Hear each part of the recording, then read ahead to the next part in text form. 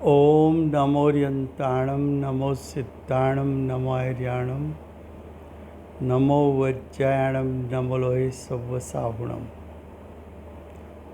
मङ्गलं भगवान् वीरो मङ्गलं गौतमो गणी मङ्गलं कुन्दकुन्दार्यो जैनधर्मोऽस्तु मङ्गलम्। ओंकारबिन्दुसंयुक्तं नित्यं जायन्ति योगिनः कामदं मोक्षदं चैव ओंकाराय नमो नमः। अहोपकारजिनवर्णो कुन्दनो ध्वनिदिव्यनो जीन कुन्दध्वनियाप्या अहो आ गुरुकाननो। तुच्छ ज्ञान ध्यान नो रंग अमया दर्श रहो ओ शिव पद तक तुझ संग माता हाथ ग्रहो।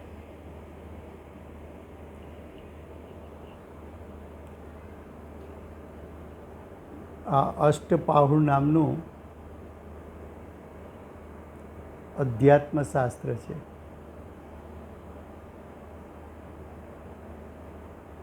એમાં બીજું પાહુડ આચાર્ય ભગવંતે સૂત્ર પાહુડ લખ્યું છે. આચાર્ય ભગવંત પ્રતિજ્ઞામાં સૂત્ર કોને કહે છે? તો કે જે સૂત્ર પ્રયોજનને શોધી આપે, જે સૂત્ર પ્રયોજનને પ્રાપ્ત કરાવે. પ્રયોજન શું છે? તો કે પ્રયોજન મોક્ષ માર્ગ અને મોક્ષ પ્રગટ કરવો. એવા પ્રયોજનને શોધી આપે, એવું પ્રયોજન પ્રાપ્ત કરાવે તે સૂત્ર છે. સૂત્ર પાહુડ એની ગાથા છઠ્ઠી ચાલે છે. છઠ્ઠી ગાથામાં સૂત્ર તરીકે નિશ્ચય વ્યવહારનું સ્વરૂપ ચાલે છે.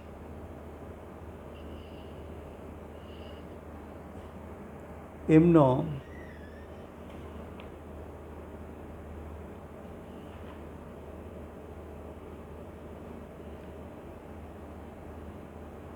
છઠ્ઠો પેરેગ્રાફ ભાવાર્થનો છે.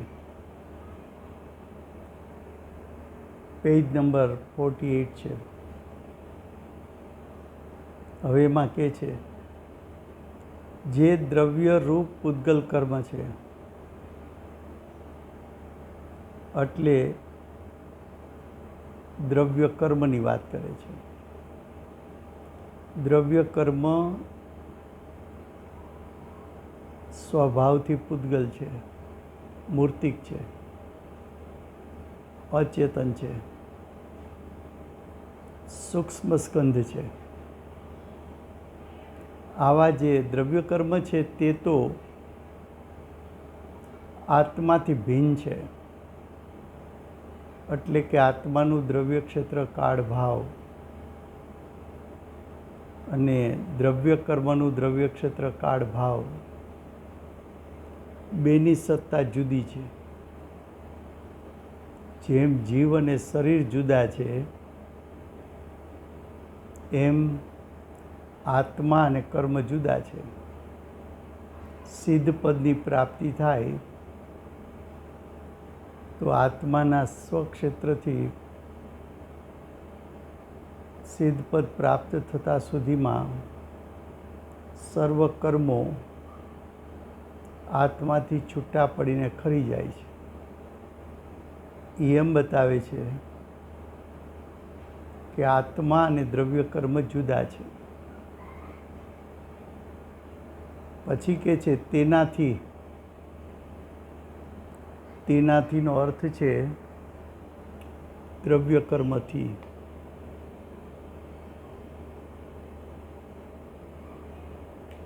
દ્રવ્ય કર્મથી શરીર આદિકનો સંયોગ થાય છે. દ્રવ્ય કર્મ છે એનું બાહ્ય ફળ શરીર મળવું.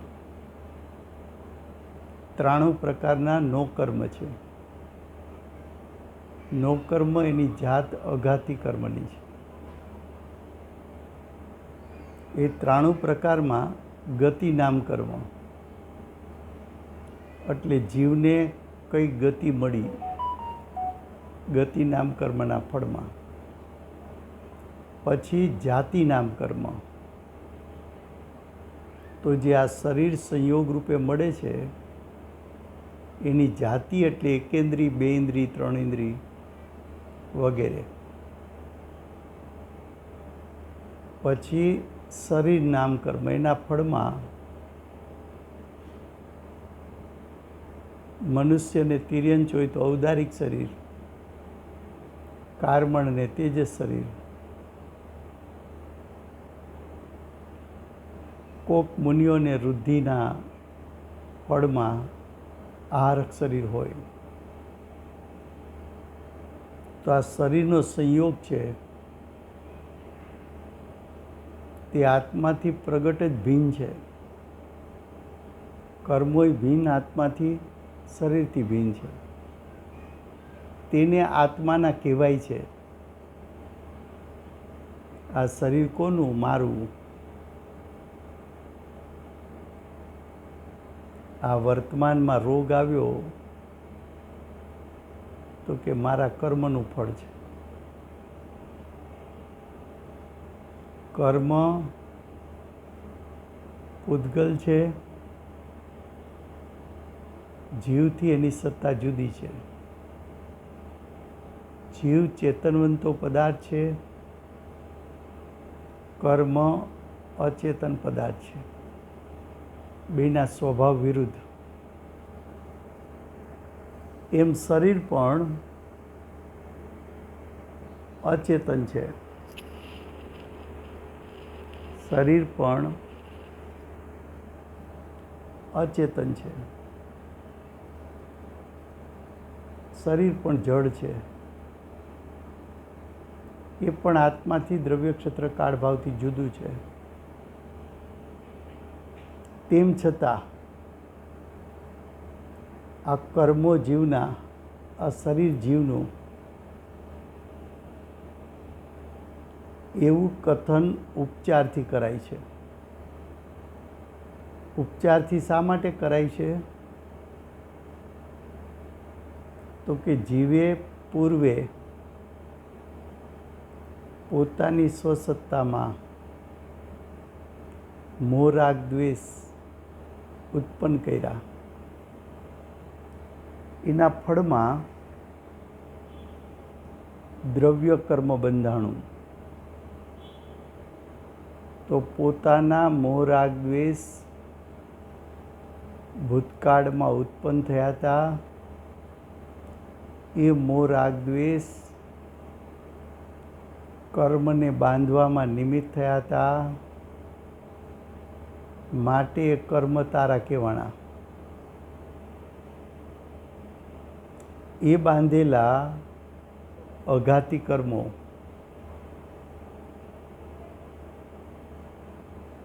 એના ફળમાં શરીરનો સંયોગ મળ્યો. તો તારા મોહ રાગ દ્વેષ એને કારણે કર્મ બંધાણા અને એના ફળમાં શરીર મળ્યું. માટે કર્મો અને શરીર તારા કહેવાય છે.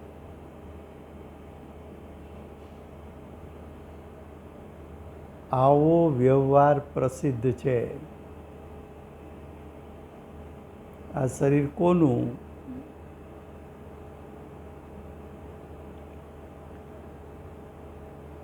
મારા ફાધરની ઉંમર હતી 90 વર્ષ પ્લસ, 90 યર્સ પ્લસ. આપણે કે બાપુજી આ જ્યુસ પીઓ તો તમને થોડી શક્તિ રહે, થોડું ફ્રૂટ ખાઓ તો થોડી શક્તિ રહે. તો શું બોલે? મારા શરીરની મને ખબર પડશે કે તને ખબર પડશે? મારે શું લેવું શું ન લેવું? કોનું શરીર? મારું શરીર. કોને ખબર પડે? મને ખબર પડે. તો આ શરીરને મારું કહેવાનો લૌકિક વ્યવહાર છે. અધ્યાત્મ અપેક્ષા એ પણ એ વ્યવહાર છે ખરો. લૌકિક જનનો લૌકિક વ્યવહાર તો છે, પણ અધ્યાત્મ અપેક્ષા એ પણ જીવે કરેલા મોહ રાગ દ્વેષ, એને કારણે દ્રવ્ય કર્મનું બંધાવવું, એના ફળમાં શરીરનો સંયોગ મળવો અને પોતાના આયુષ કર્મને કારણે જીવ અને શરીર આયુષ હોય ત્યાં સુધી બંધાયેલા રહે. માટે ઉપચારથી કહેવાય કે આ શરીર જીવનું છે. તો કે છે એવો ઉપચાર છે. અહીં કર્મના સંયોગજનિત ભાવો છે તે બધા કર્મમાં જોડાવાથી જે ભાવો ઉત્પન્ન થયા એને સંયોગજનિત ભાવો કીધા. તે બધા નિમિત્ત આશ્રિત એટલે કર્મ ઉદયના આશ્રિત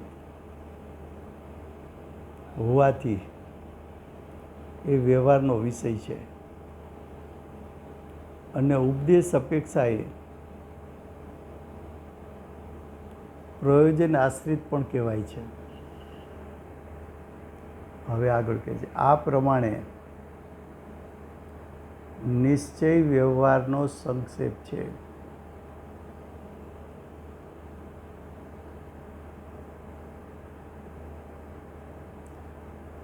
શરીર અને કર્મો વ્યવહારથી જો જીવના કહેવાય તો નિશ્ચયથી મોહ રાગ દ્વેષ જીવના કહેવાય. મોહ રાગ દ્વેષ કર્મમાં જોડાવાથી ઉત્પન્ન થાય છે. માટે એને જો વ્યવહાર કયો તો જીવની સત્તામાં શુદ્ધ પરિણામ ઉત્પન્ન થાય, એને નિશ્ચય કહેવાય.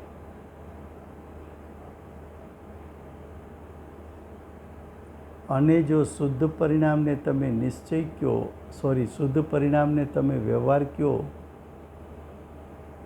તો આવા પરિણામ જ્ઞાયક સ્વભાવમાંથી આવ્યા હોવાથી, ત્રિકાળ શુદ્ધ સ્વભાવમાંથી આવ્યા હોવાથી ત્રિકાળ શુદ્ધ સ્વભાવને નિશ્ચય કહેવાય.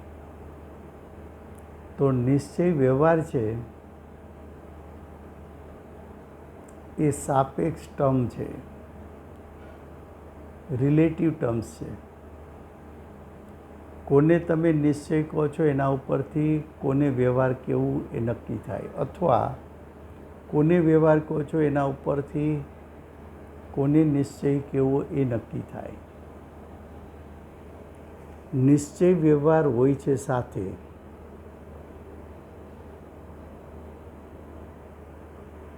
તો આ પ્રમાણે નિશ્ચય વ્યવહારનો સંક્ષેપ છે. હવે આગળ કહે છે સમ્યક દર્શન જ્ઞાન ચારિત્રને મોક્ષ માર્ગ કહ્યો. ત્યાં એમ સમજવું કે આ ત્રણે ત્રણ એટલે કે સમ્યક દર્શન જ્ઞાન ચારિત્ર ત્રણેય એક આત્માનો ભાવ છે. આ પ્રમાણે તે સ્વરૂપે આત્માનો અનુભવ હોય તે નિશ્ચય મોક્ષ માર્ગ છે. જો સમ્યક દર્શન જ્ઞાન ચારિત્રને નિશ્ચય કીધો, નિશ્ચય મોક્ષ માર્ગ કીધો. તેમાં પણ જ્યાં સુધી અનુભવની સાક્ષાત પૂર્ણતા ન હોય ત્યાં સુધી એક દેશરૂપ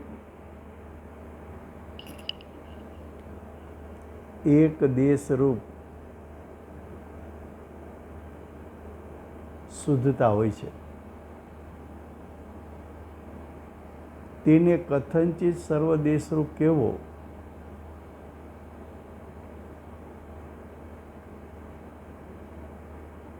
તે વ્યવહાર છે. એક દેશ નામથી કહેવું તે નિશ્ચય છે. શું કહ્યું? બીજી રીતે જીવને સમ્યક દર્શન જ્ઞાન ચારિત્ર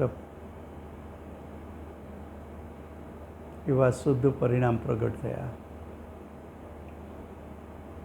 એ આત્માના શુદ્ધ સ્વભાવને અનુસરીને નિરપેક્ષપણે આત્માની સ્વસત્તામાં ઉત્પન્ન થયા છે. આત્માની સત્તામાં ઉત્પન્ન થયા છે, સ્વભાવને અનુસરીને ઉત્પન્ન થયા છે. આત્માના સ્વભાવને શોભે એવું કાર્ય છે. એ અપેક્ષા એને નિશ્ચય કહેવાય. હવે એ જ મોક્ષ માર્ગમાં ઊભેલો જીવ સવિકલ્પ દશામાં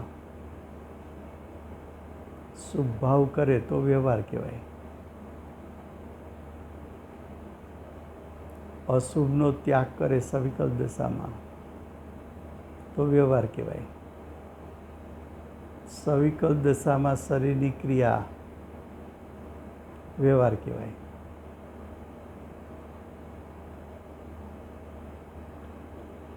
અને સવિકલ્પ દશામાં બાહ્ય ત્યાગ તો વ્યવહાર કહેવાય. નિર્વિકલ્પ દશાના કાળે તો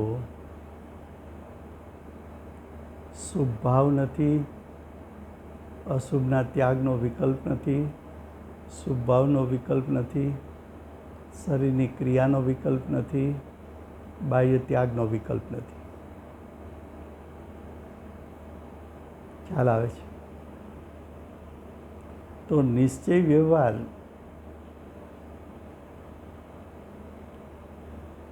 એની કોઈ અપેક્ષાએ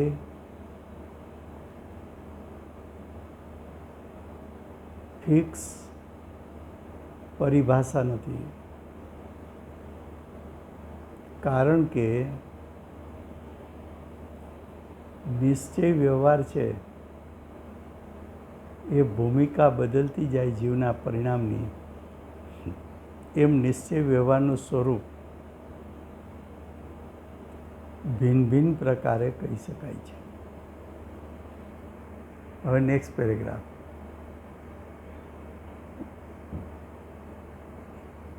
દર્શન જ્ઞાન ચારિત્રને ભેદરૂપ કહી મોક્ષ માર્ગ કહેવાય છે. તથા બાહ્ય પરદ્રવ્ય સ્વરૂપ દ્રવ્ય ક્ષેત્ર કાળભાવ નિમિત્ત છે તેમને દર્શન જ્ઞાન ચારિત્ર નામથી કહ્યા તે વ્યવહાર છે.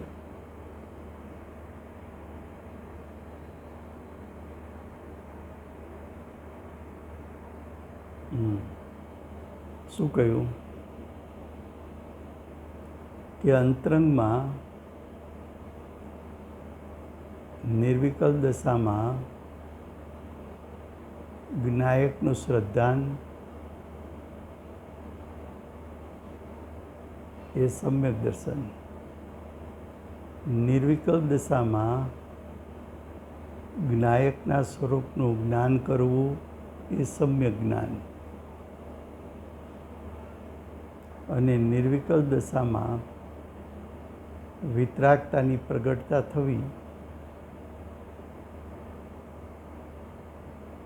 એ નિર્વિકલ્પ ચારિત્ર. એવું નિર્વિકલ્પ સમ્યક દર્શન જ્ઞાન ચારિત્ર પ્રગટ થાય એ નિશ્ચય મોક્ષ માર્ગ છે. આવો મોક્ષ માર્ગ પ્રગટ કરવામાં બાહ્યમાં દ્રવ્ય, તીર્થંકર ભગવાનનો ઉપદેશ કે 12 અંગ 14 પૂર્વ,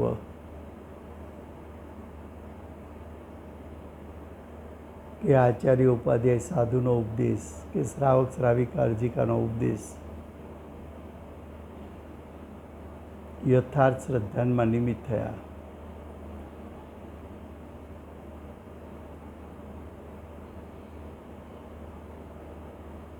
પછી જ્ઞાન, અંતરંગમાં ભાવશ્રુત જ્ઞાન, નિર્વિકલ્પ જ્ઞાન પ્રગટ થયું એ નિશ્ચય. બહારમાં શાસ્ત્ર સંબંધીનું જ્ઞાન, વ્યવહાર. અંતરંગમાં વિતરાગ દશા એ નિશ્ચય ચારિત્ર. બહારમાં શુભભાવરૂપ મહાવ્રત આદિ પાડવા. આવું સમ્યક દર્શન જ્ઞાન ચારિત્ર પ્રગટ કરવા માટે બાહ્ય નિમિત્ત દેવશાસ્ત્ર ગુરુ, તીર્થક્ષેત્ર,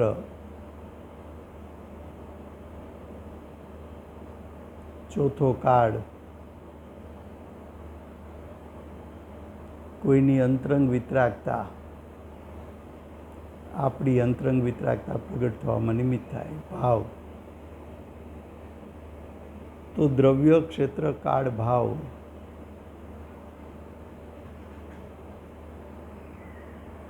એનાથી જે બાહ્ય નિમિત્તપણું છે એ વ્યવહાર નામ પામે છે. હવે આગળ કહે છે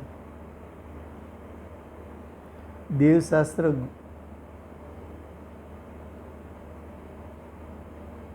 હમણાં એ વાત કરી આપણે દેવગુરુ શાસ્ત્રની શ્રદ્ધાની, એ સમ્યક દર્શન. પછી સવિકલ્પ દશામાં 7 તત્વોનું યથા શ્રદ્ધાન કરવું, એ સવિકલ્પ દશા છે, માટે વ્યવહાર.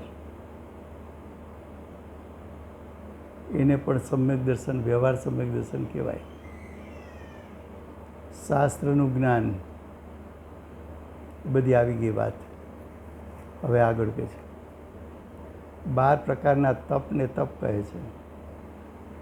આવા ભેદરૂપ પરદ્રવ્યના આલંબનરૂપ પ્રવૃત્તિઓ બધી અધ્યાત્મ શાસ્ત્રની અપેક્ષાએ વ્યવહારના નામથી કહેવાય છે.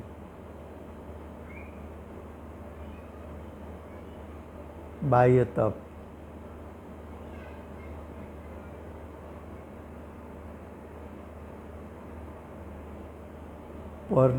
પરદ્રવ્યોનું આલંબન લઈ અને થતી ક્રિયાઓ. મુનિરાજ આહાર લઈએ કોઈને ત્યાંથી, એ પણ પરલંબી ક્રિયા છે. એ પણ મુનિની ભૂમિકામાં એક વ્યવહાર છે. હવે કે છે વસ્તુના એક દેશને વસ્તુ કેવી તે પણ વ્યવહાર છે. જ્ઞાન તે આત્મા એમ કેવું એ વ્યવહાર છે. પરદ્રવ્યના આલંબ રૂપ પ્રવૃત્તિને તે વસ્તુના નામથી કેવી તે પણ વ્યવહાર છે.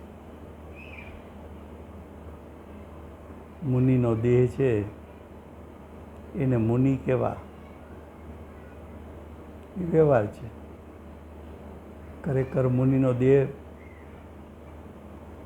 એ મુનિપણું છે, એને અંતરંગમાં પ્રગટ થયેલી વિતરાગતા. હવે આગળ કહે છે અધ્યાત્મ શાસ્ત્રમાં આ પ્રમાણે પણ વર્ણન છે કે વસ્તુ અનંત ધર્મરૂપ છે.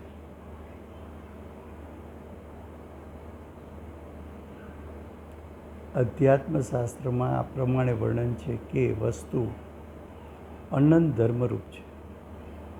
એ વાત યથાર્થ છે. હવે અનંત ધર્મો છે એમાં ભેદ પાડવો,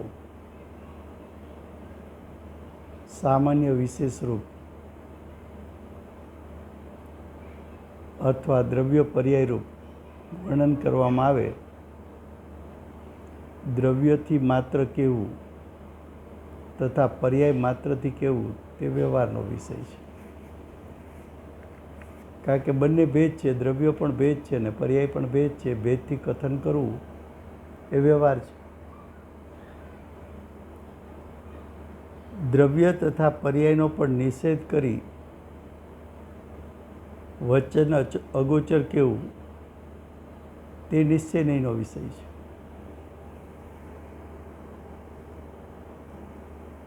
શબ્દ દ્વારા વસ્તુનું સ્વરૂપ યુગપદ કહી શકાતું નથી. કારણ કે વસ્તુનું સ્વરૂપ તો અનંત ધર્માત્મક છે, અનંત ગુણાત્મક છે, અનંત શક્તિવાનપણું છે. એનું સ્વરૂપમાં જ અનંતપણું છે. એ અનંતપણું એકસાથે યુગપદ શબ્દ દ્વારા કહી શકાતું નથી. માટે ભેદ પાડીને કહેવું પડે તો એ પણ વ્યવહાર છે.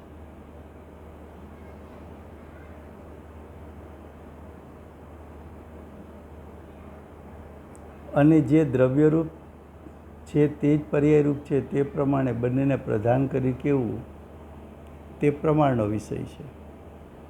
દ્રવ્ય પર્યાયમાંથી બેમાંથી કોઈને મુખ્ય ગૌણ ન કરવામાં આવે. અને દ્રવ્ય પણ વસ્તુનું સ્વરૂપ છે ને પર્યાય પણ વસ્તુનું સ્વરૂપ છે.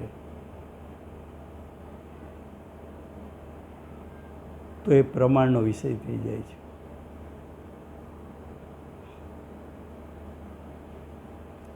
હવે એનો દૃષ્ટાંત આપે છે, પ્રમાણનો દૃષ્ટાંત આપે છે. જીવને ચૈતન્ય રૂપ નિત્ય એક અસ્તિત્વ રૂપ, જીવને સ્વભાવથી કયો તો ચૈતન્ય રૂપ એનો સ્વભાવ છે, એ ચૈતન્ય સ્વરૂપ છે, નિત્ય પણ છે અને અસ્થિરૂપ પણ છે. હોવાપણું છે એનું છે, જીવ છે એની અસ્થિ છે, એનું હોવાપણું છે, એક્ઝિસ્ટન્સ છે વગેરે. અભેદ માત્ર કેવું, અભેદ માત્ર કેવું.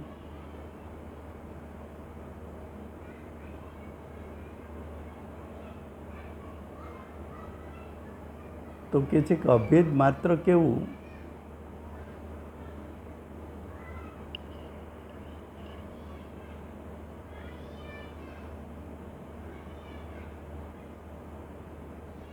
તે દ્રવ્યાર્થિક જ્ઞાનનો વિષય છે. દ્રવ્યાર્થિક જ્ઞાનનો વિષય શું? આત્મા ચૈતન્ય સ્વરૂપ છે, આત્મા નિત્ય છે, આત્મા ત્રિકાળ છે,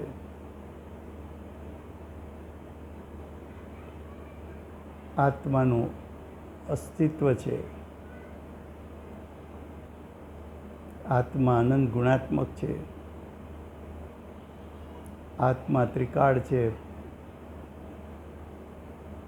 શુદ્ધ છે ને પૂર્ણ છે. એ બધું દ્રવ્યાર્થિકનો વિષય. હવે જ્ઞાન દર્શન રૂપ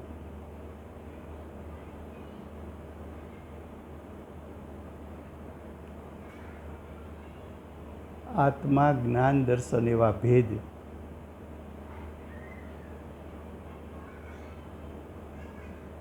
પછી આત્મામાં નાસ્તિરૂપ અનંત ભેદ છે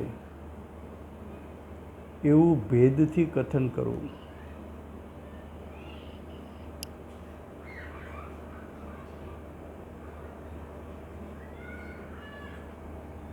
એવું ભેદરૂપ કથન કરવું એ પર્યાર્થિકનો વિષય છે. બંને જ પ્રકારની પ્રધાનતાનો નિષેધ માત્ર વચન અગોચર કેવો તે નિશ્ચયનો વિષય છે. એટલે શું કે હવે આત્માનું સ્વરૂપ દ્રવ્યાર્થિક નહીંથી જોવા જાઓ તો દ્રવ્યાર્થિક નહીંથી પણ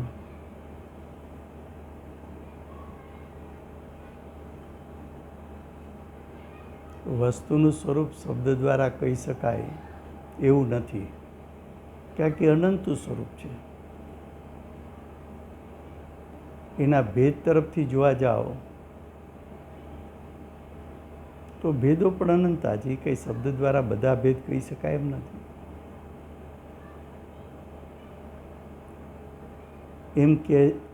એમ કહેવાય છે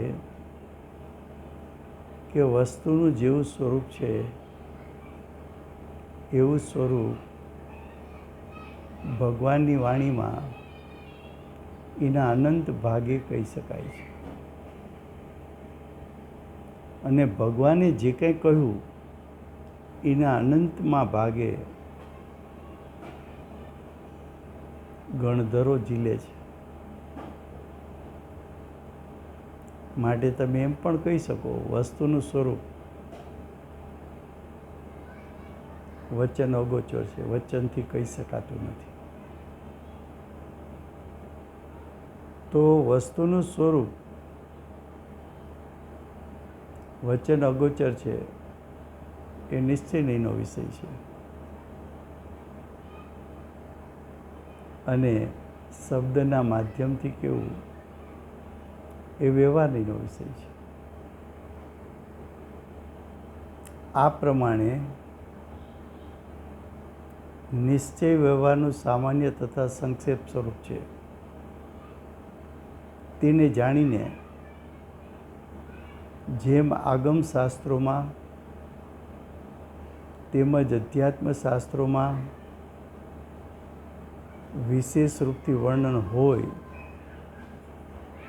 તેને સૂક્ષ્મ દ્રષ્ટિથી જાણવું.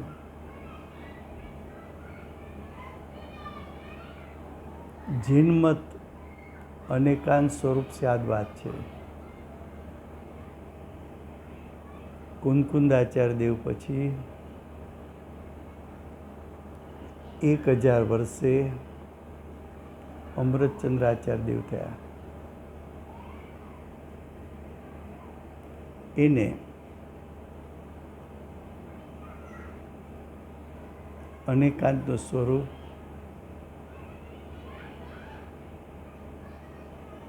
સમયસાર પૂર્ણ થયા પછી પરિશિષ્ટ વિભાગમાં 2 પ્રકારે વર્ણન કર્યું. પ્રથમ વર્ણન કર્યું આત્મા અનંત ધર્માત્મક છે, માટે આત્મા અનેકાંત સ્વરૂપ છે. બીજું વર્ણન કર્યું આત્મા અનંત શક્તિવાન છે, માટે આત્મા અનેકાંત સ્વરૂપ છે. અને ત્રીજું વર્ણન કરાય છે અસ્થિ નાસ્તિ સ્વરૂપ અનેકાંત. હું મારાપણે છું એ અસ્થિ, પરપણે નથી, નાસ્તિ, એવું અનેકાંત સ્વરૂપ. તો જીનેન્દ્ર ભગવાનના મતમાં, જીનેન્દ્ર ભગવાનના શાસનમાં, જીનેન્દ્ર ભગવાનની દિવ્યધ્વનિમાં ગણધરોએ રચેલા 12 અંક 14 પૂર્વમાં અનેકાંત કહેતા વસ્તુનું સ્વરૂપ અને સ્યાદવાદ કહેતા વસ્તુના સ્વરૂપને કહેવાની કથન શૈલી. કથનમાં તો ક્રમ આવશે, વસ્તુમાં ક્રમ નહીં આવે.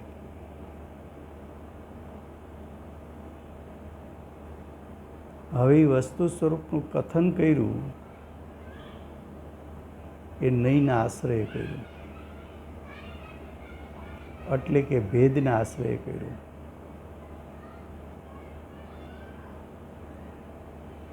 સમ્યક દ્રષ્ટિ અંતરાત્મા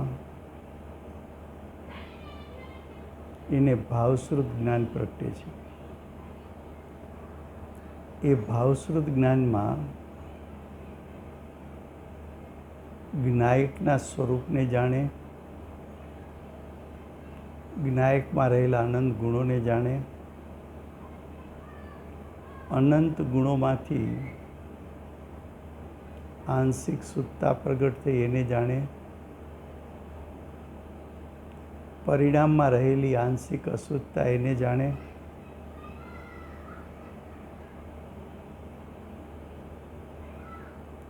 આ બધું યુગપદ એકી સાથે જાણે. કારણ કે ભાવશ્રુત જ્ઞાન એ યુગપદ જ્ઞાન છે. યુગપદ જણાઈ ગયું, પણ જ્ઞાની અને સવિકલ દશામાં આવીને વર્ણન કરવા જાય તો યુગપદ શબ્દ દ્વારા વર્ણન થઈ શકતું નથી. શબ્દ દ્વારા યુગપદ વર્ણન થઈ શકતું નથી.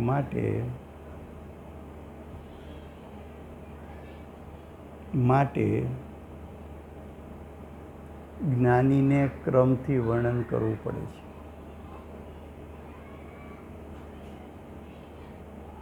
અને ક્રમથી વર્ણન કરે એને કહેવાની કથન પદ્ધતિ કહેવાય, એને સ્યાદવાદ કહેવાય.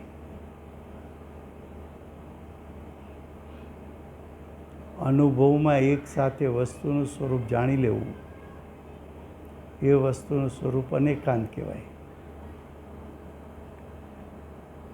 પણ કથન કરવા જાય ત્યારે ભેદ પાડીને કથન કરતા હોવાથી એ જ્ઞાનને નહીં જ્ઞાન કહેવાય. પણ જ્ઞાનીના વચનો બે નહીંથી કહેવાતા હોવા છતાં પરસ્પર વિરોધ રહિત કથન હોય છે. એટલે કે જ્ઞાનીનું કથન અવિરોધ સ્વરૂપ છે.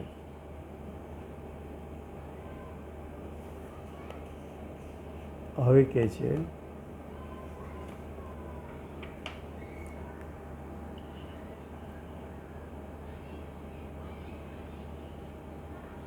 આવું યથાર્થ કથન તો ગુરુની આજ્ઞાથી જ થાય છે. પરંતુ ગુરુનું નિમિત્ત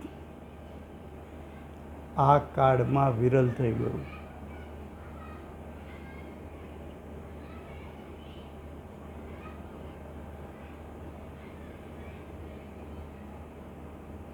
પહેલાં કહ્યું હતું કે વર્તમાન કાળે સાક્ષાત તીર્થંકરો, ગણધરો, આચાર્ય, ઉપાધ્યાય, સાધુઓ, શ્રાવક શ્રાવિકાઓ, વર્જિકાઓ વર્તમાન કાળે વિદ્યમાન નથી. આપણા કંઈક પુણ્ય હતા, બે જ્ઞાની મળ્યા, પૂજ્ય ગુરુદેવ અને બેનશ્રી. હવે પછીના ભાવમાં જુગલ જોડી સાથે જ રહેવાના.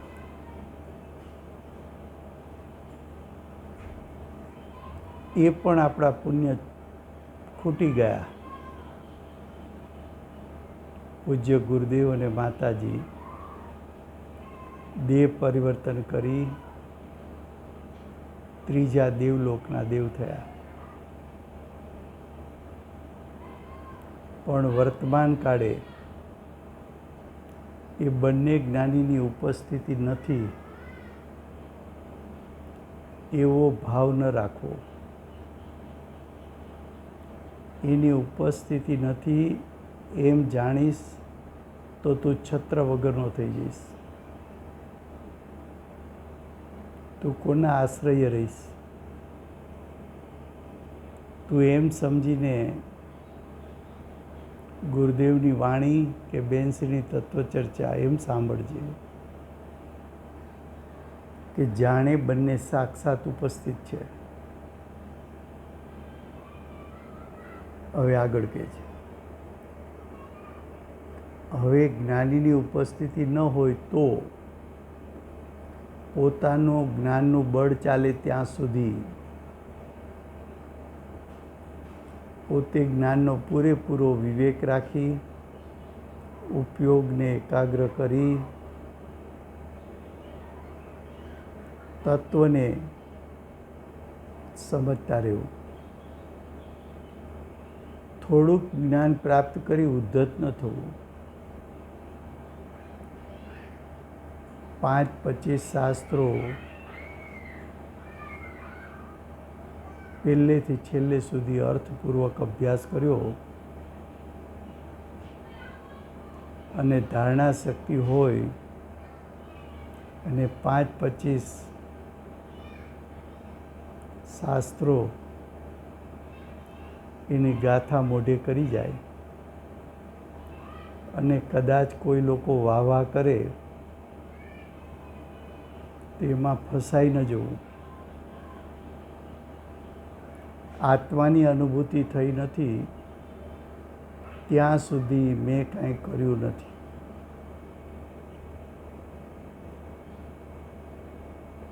હવે કે છે વર્તમાન કાળમાં અલ્પજ્ઞાની ઘણા છે, તેથી તેમનાથી થોડો અભ્યાસ કરીને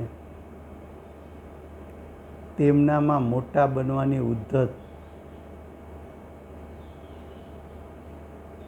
એટલે સ્વચ્છંદી ન થવું કે અભિમાની ન થવું.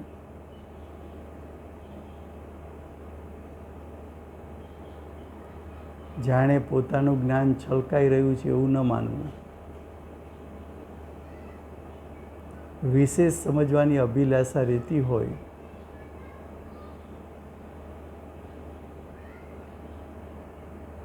વિશેષ અભ્યાસ કરવો.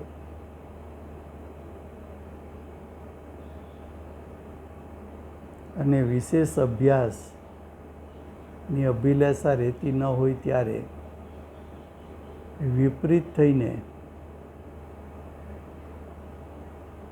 મનમાં આવે તે કેવા લાગી જાય છે, તેનાથી અન્ય જીવોનું પણ શ્રદ્ધાન વિપરીત થઈ જાય છે.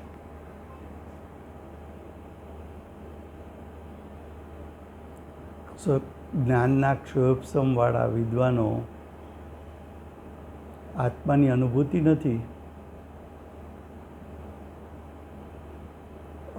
નથી અને સ્વચ્છંદી થાય, અભિમાનમાં ખોવાઈ જાય અને જે વસ્તુ સ્વરૂપ ખ્યાલમાં નથી એવા પ્રશ્નો આવે તો મનમાં આવ્યું એવો જવાબ આપવો એ દોષનું કારણ છે. એનાથી અપરાધ ઉત્પન્ન થાય છે. શાસ્ત્રને સમુદ્ર જાણીને અલ્પજ્ઞ રૂજ પોતાનો ભાવ રાખવો.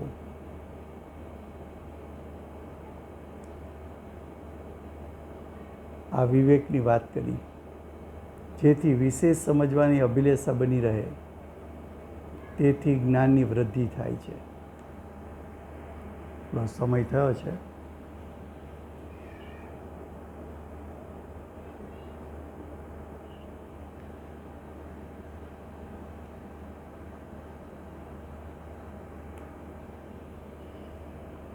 નિશ્ચય વ્યવહારનું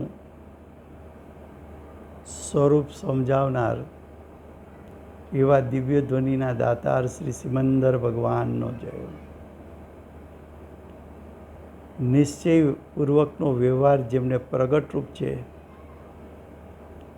એવા હાલતા ચાલતા સિદ્ધ શ્રી કુંકુંદાચાર્ય દેવનો જય. વર્તમાન કાળે નિશ્ચયપૂર્વકનો વ્યવહાર વર્તે છે અને નિશ્ચય વ્યવહારનું સ્વરૂપ જેણે સમજાવ્યું છે એવા પરમ કૃપાળુ શ્રી સદ્ગુરુદેવનો જય. નિશ્ચય સમ્યક દર્શન પ્રગટ થયું છે